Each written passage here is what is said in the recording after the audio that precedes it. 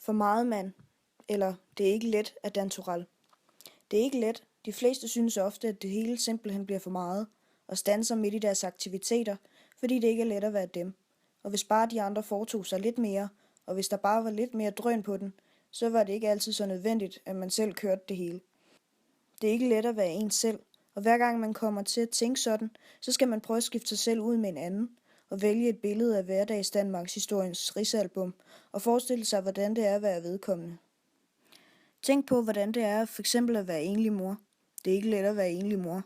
Så bor man i sådan en toværelses Astriumskov i Tostrup med offentlige boligstøtte, og alle de andre omkring en er også enlige mødre eller fremmedarbejdere. Og man får aldrig en chance for at komme hjemmefra, for børnene er der jo altid og kræver en fuldstændig. Og henne på reolen står stadig billedet af ham, man fik det med, og som man troede virkelig skulle blive til noget med, og som nu ikke engang gider at komme og se til dem en gang imellem i weekenden. Og man er altid helt alene med sine egne tanker. Og når det endelig lykkes at få naboen til at tage børnene en aften, så man kan komme lidt ud i byen, og når man så for en gangs skyld ikke går alene hjem, så bliver fyren altid panisk og farer ud af vinduet, når han hører om ungerne. Eller også regner han med, at han bare lige kan komme og knalde og forsvinde, fordi enhver ved, at en enlig mor er et lidt offer. Det er ikke let at være enlig mor. Og hvis det så endelig lykkes, at man har truffet en fyr, og man kan lide ham, og man kan forstå, hvad hinanden snakker om, og man kan holde hinanden i hånden og se hinanden i øjnene, uden at føle sig som Gita Nørby og Jette Langberg i et lystspil fra Nordisk Film 1960. Og han ikke er bange for børnene, og de kan lide ham og spørger selv, om de må kalde ham far. Og man er ved at planlægge sommeren sammen, 8 dage sydpå. Og for første gang skal man være sammen hele dagen. Kun han, hun og børnene. Og så er det, at brevet kommer dumpende ind af brevsprækken en morgen. Brevet fra hans kone, der fortæller, at han har 4 børn i Herlev, og ikke får en skilsmisse, og ikke kommer oftere. Og når det brev kommer, så er det ikke let at være enlig mor. Men det er heller ikke let at være det postbud, der skal smide brevet ind af brevsprækken. Postbuddet ved, hvad der står i det. Postbuddet ved, hvad der foregår i gaden. Postbuddet har set fyren køre væk så mange morgener i sin lille beskidte grønne Peugeot. Postbuddet har sine anelser, og han vil så gerne skåne den enlige mor, men han er nødt til at passe sit job og smide brevet ind, ellers går det ud over hans familie. Postbuddet startede i sin tid muntert og fløjtende på jobbet og glædede sig til at bringe folk breve. Men efterhånden har han dårlig samvittighed over det. Han synes ikke, han bringer andet uden skidt. Han synes, det hele er reklamer for det lokale supermarkeds trigenbefængte udsalgssvinekød, eller politisk propaganda eller rykkere, eller intetsigende idiotkort fra Mallorca, om solen skinner og vinen er billig. Og jeg bor bag det vindue, der er afkrydset på hotellet på forsidebilledet, og postbuddet synes ikke, at det gør nogen stærkere eller klogere. Og når man først har set i øjnene, hvad det er, man bringer ud, så er det ikke altid let at være postbud. Og postbuddet ser misundeligt over på vinduespusseren, der står og blanker ruder i karen overfor, og ønsker, at han var ham. Men det er jo heller ikke let at være vinduespusser, og skulle stå der på en 10 meter høj stige og balancere med sæbe og klude og vand i alt slags vejr. Og det er endda ikke det værste, for så er der alle de varme og villige hjemmegående forstadshusmødre, der bare venter på en vinduespusser og forfører. For de har al den tid, den enlige mor ikke har. Og vinduespusseren kan komme ud fra 16 til 18 af den slags på en almindelig arbejdsdag. Og det er de færreste mænd, der kan klare det. Og så er det heller ikke let at være vinduespusser. Og det er ikke let at være avismand. Det ser så let ud udefra. Bladene ligger bare i bunker på disken, og de koster stort set det samme. Og kunderne siger selv, om de vil have BT eller Aktuelt eller Politikken. Men når man står der bag disken, så kan man ikke lade være med at se på de aviser. Og de indeholder ikke andet end vold og mord og modbydelighed, og man synes, det smitter. Og man synes, der ligger sig et stort og gråt lag over en af vold og mord og modbydelighed. Og man bare går rundt i det altid. Og så er det ikke engang let at være avismand. Og det er heller ikke let at være en kunde og komme ind til en avismand og skulle vælge mellem forskellige former for vold og mord og modbydelighed, fordi det er alt, hvad der er at få.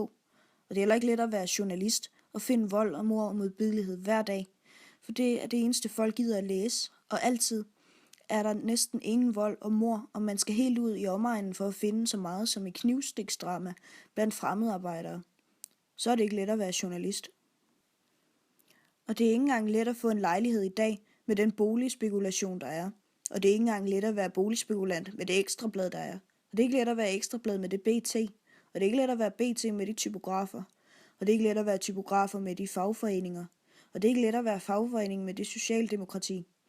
Og før i tiden kunne man da i hvert fald blive luder eller trækkedreng, hvis man ikke kunne klare andet.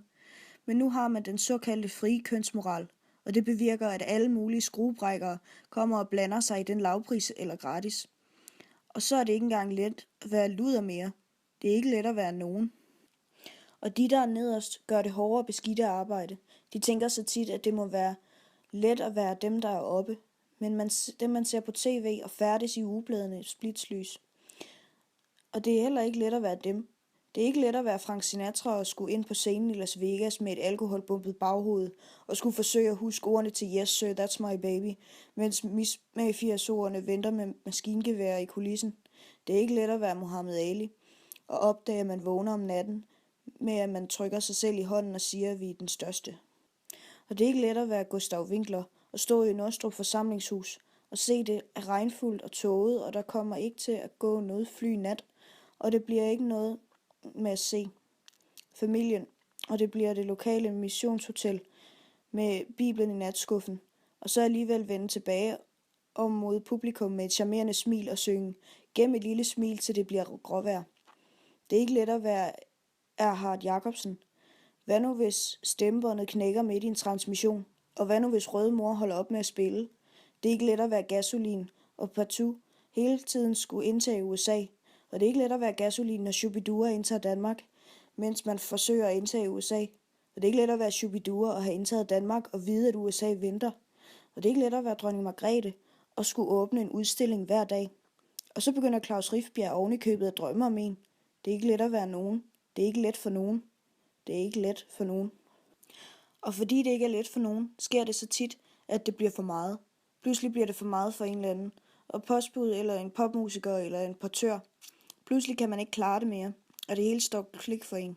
Pludselig ligner det hele et stort slimet paranoid sammensværgelse. Hele livet igennem er man blevet proppet ud og ind af skoler og arbejdspladser, som det passede andre. Man har altid bare skulle bukke og skrabe for at betale og sige tak. Man får lov til at sætte kryds hvert 4. år, og i øvrigt er der ingen, der spørger om, hvad man mener med noget som helst. Man skal bare være CPR-nummer og kanonfød og stemmekvæg og strøgfyld og bare stille op i køen. Og det højeste, man nogensinde får for det, er 8 dage på Mallorca, og pludselig bliver det for meget. For man kan ikke klare det mere. Man får paranoia-anfald. Man ved, de vil komme og hente en i sorte regnfrakker en tidlig morgen. Man ved, tyskerne lurer med maskingevær på naboens tag. Når som helst venter man, at bomberne kommer sejlende ind ad brevsprækken. Man ville løbe. Det hele kokser sammen for en. Man ville løbe skrigende ned til bartenderen på det nærmeste natværtshus og fortælle ham alt om alle og sine sorger og bekymringer, siden man var 12 år gammel. Hvis det ikke var, fordi man vidste, at så ville det blive for meget for bartenderen. For sommetider bliver det bare for meget.